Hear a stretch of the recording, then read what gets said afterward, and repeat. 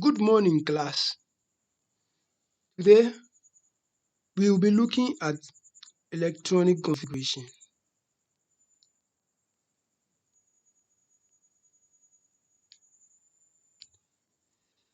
So let's start. Now, electronic configuration simply refers to how electrons are arranged on the shells of atoms. That's what electronic configuration means. Now, so what it means is that for us to be able to learn how to arrange these electrons on the shells of the atom, it's very important for us to know about the shells of the atom. So let's quickly look at the shells of the atom. Remember, atomic shells are also referred to as orbitals, and they can also be called energy levels. So we already know that the atom always has a nucleus, the central nucleus. Then shells surround the nucleus. So we've drawn the first shell surrounding the nucleus. Now, shells of the atom or the shells of the atom have names, and we name them from inside of the atom out. So the first shell is the shell closer to the nucleus. So that's the shell you just drawn. That is the first shell of the atom. It will be called the K shell. And remember, we're going to follow the trend, the alphabet from K, which alphabet do we or letter do we go to? From K, we go to L. So what it means is that the next shell, which is this one, we call it the L shell. So let's draw another shell. We are going to call this shell the M shell. Let's draw a last shell. We're going to call this last shell the N shell. So these are the names of our shells. Now, shells, we've already learned that they contain electrons. But it's also very important for us to note that each shell has a maximum amount of electrons it can hold. So for example, the K shell can take a maximum of 2 electrons. The L can take a maximum of 8 electrons. The M can take a maximum of 18 electrons, whilst the N shell can take a maximum of 30 electrons. Now there's actually a mathematical formula that we can use to demonstrate. So let's see if we can do this quickly. So maximum electrons that can go into a shell will be given by this formula 2n exponent 2. That is the formula. And here the n is called the principal quantum number.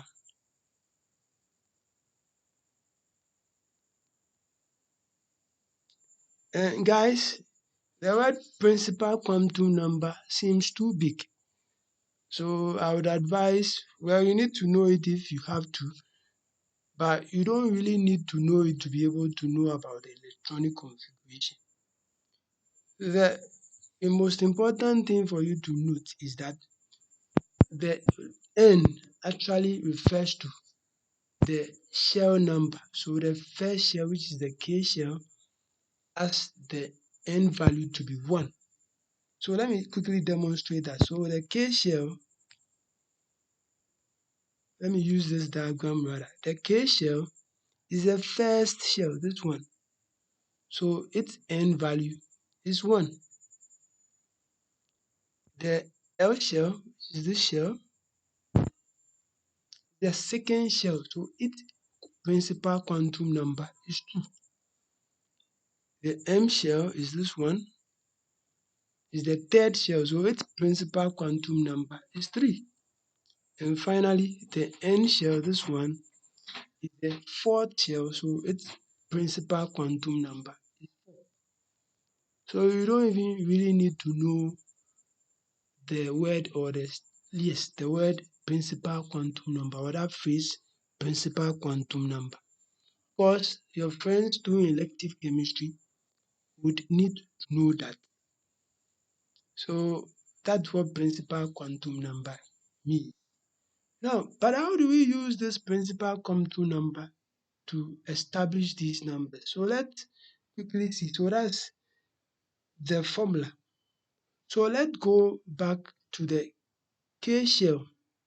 So K shell, we know that principal quantum number is 1. So we are putting this quantum number into the formula 2n exponent 2. That will give us 2, 1 exponent 1, sorry, 2. So that will give us 2. When you do that computation using your calculator, 2 times 1 with the 1 exponent 2, you get 2. When you go to the L shell, its principal quantum number is 2. So the formula will be 2, 2 exponent 2. You use your calculator, you are going to get 8. When you go to the M shell with principal quantum number of 3, you are going to have 2, 3 exponent 2 equals to, when you do that computation, you get 18. And let's take the last shell, N, with principal quantum number of 4. When you put it into the formula, to do 4 exponent 2, that will give you 30. So as you can see, this formula can actually help us come up with the maximum number of electrons that can occupy specific shells of the atom. The K shell can take maximum of 2, the L shell can take maximum of 8, M can take maximum of 18, and the N shell can take maximum of 32. Let's see if we can do some or write some electronic configurations with what we've learned so far. So you start with the element hydrogen. Hydrogen has atomic number of 1, and we've already learned in previous videos that atomic numbers can be written as subscript. So the atomic number 1, I can write it here as a subscript to the symbol H, which is the symbol of hydrogen. Now, atomic number of 1 simply means that the hydrogen has proton number of 1, and of course, because it's neutral, it should have electron of also 1. So meaning that this atom hydrogen has 1 electron. So that's what we are going to use to complete or to write its electronic configuration.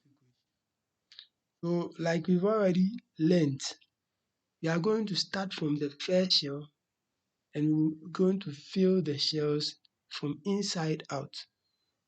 We have 1 electron, so we can start with the 1. So that is it, we are done. That's the electronic configuration of hydrogen. It has just 1 electron. We can only fill the shells with just 1 electron. There isn't any other electron, so that's it. Electronic configuration of hydrogen. Now we can actually use this configuration to draw the structure of hydrogen. If we have to do that, it will look like this. So remember, it has hydrogen will have a nucleus, and the nucleus will contain the proton 1. Then it would have a shell. The shell would have to contain the electrons. In this case, hydrogen has just 1 electron, so we put that one electron here. So that is the structure of hydrogen. As simple as that. Let's see if we can do another example. This time we are going to write the configuration of helium. So this is helium, the symbol. Helium has atomic number of 2. Let's write it as a subscript. So if it has atomic number of 2, it means that its proton number should be 2. If its proton number is 2, it means that it has 2 electrons. So meaning we're going to use 2 electrons to write the configuration of this atom, helium. So we start filling. Remember, the first shell can take a maximum of 2 electrons. What it means that we can put all of the 2 in the first shell. So it will look something like this. So honestly, that will be the electronic configuration of helium. We don't have any more electrons, so we are done. We are going to use this to draw the structure of helium. Because every atom, including helium, has a nucleus. So that's the nucleus of the helium atom. Then inside that nucleus, we have 2 protons because helium has 2 protons. Then let's draw the first shell. Helium has 2 electrons, so we can start filling it with the 2 electrons. So first electron will be here, second electron is going to be here. But because helium has 2 electrons, we are done. That will be the structure of helium. Simple that.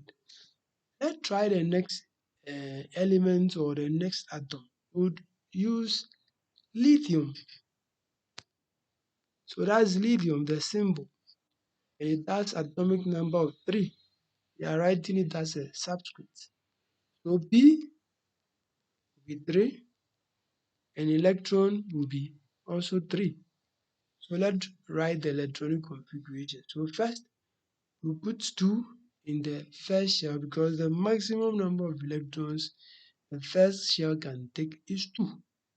Come on, we are left with 1 more electrons because remember lithium has 3 electrons. If we fill the first shell with 2 electrons, we are left with 1 more. So that 1 electron, we'll put it into the second shell. So comma the second shell. So we'll put 1 electron there. So that will be the electronic configuration of lithium. We'll use this configuration to draw the structure of lithium. So first, its nucleus will be drawn. Then we'll draw its first shell. We'll put 2 electrons there, 1, 2. When you are done, we'll draw the second shell. The second shell has 1 electron. We'll put 1 electron in there. So we are done with lithium. That is the structure of lithium. Let's try another example.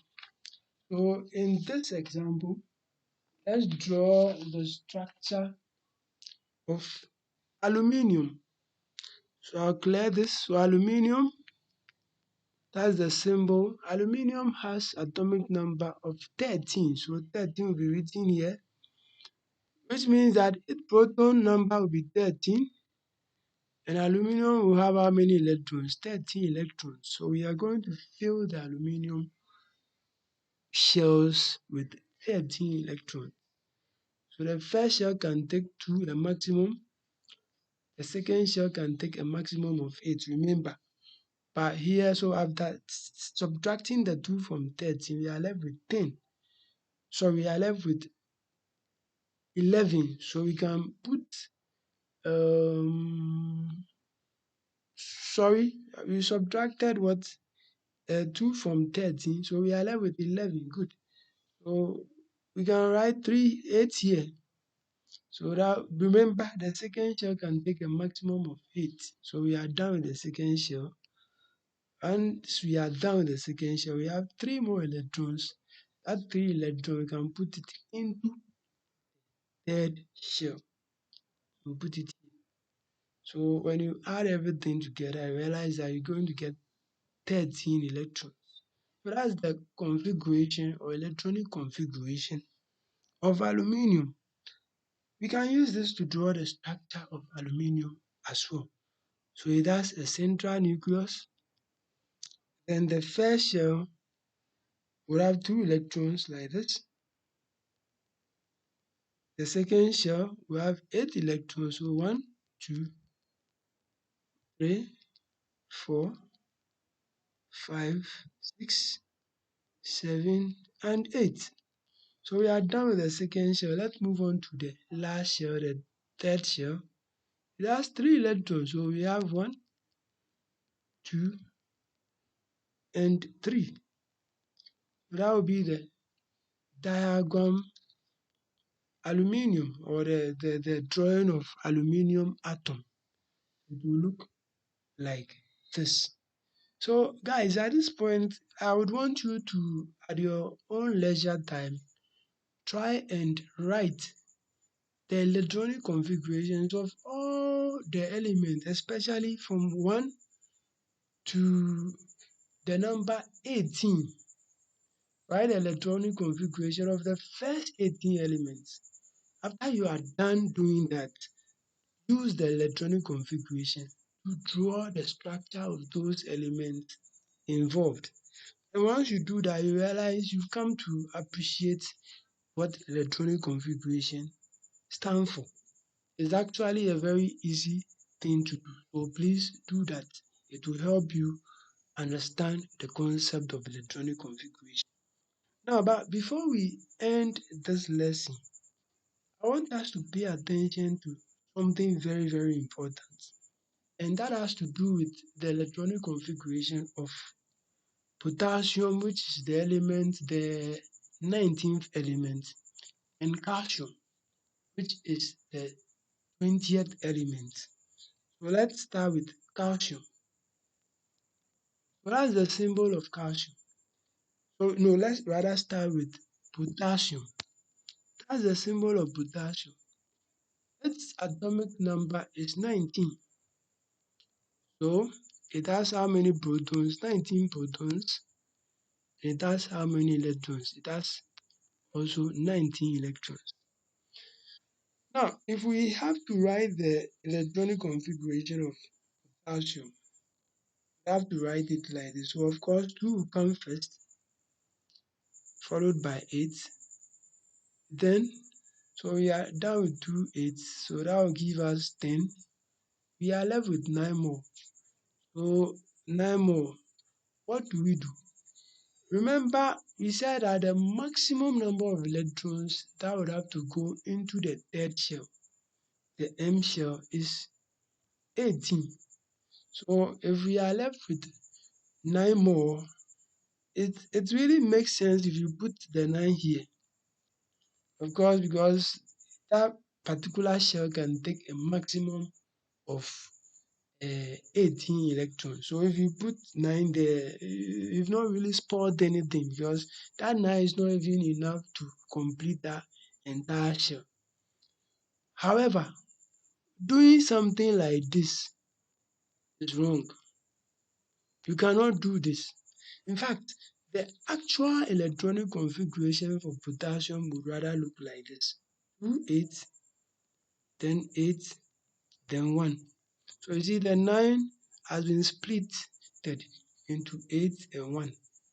Now, the question is, why is that the case? It doesn't make sense, because we already know that the maximum number of electrons that would have to go into the third shell should be 18. So it should rather make sense that 9, then this one should be correct. But it looks like that one is rather not correct. Why is that the case?